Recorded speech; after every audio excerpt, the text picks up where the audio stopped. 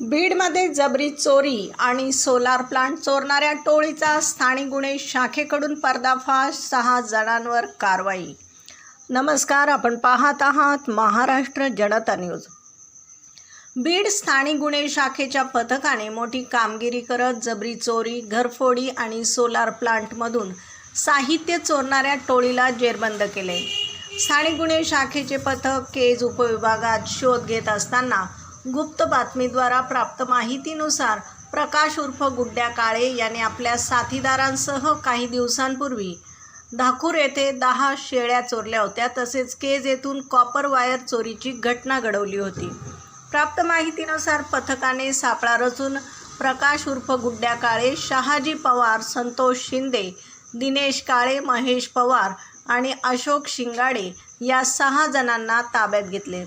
Policy खाक्यात दाखवताच त्यांनी मांजरी, आष्टी आणि इतर भागातील घरफोडी, कॉपर वायर चोरी आणि शेळ्यांची जबरी चोरी केल्याची कबुली दिली आहे। या कारवाईत पोलिसांनी गुन्ह्यात वापरलेली वाहने, हत्यारांसह 6,49,400 रुपयांचा मुद्देमाल जप्त केला आहे। ही धडक कारवाई बीड पोलीस अधीक्षक नवनीत कावत यांच्या मार्गदर्शनाखाली स्थानिक गुन्हे शाखेच्या पथकाने केली आहे। प्रतिनिधीसह महाराष्ट्र जनता न्यूज बीड।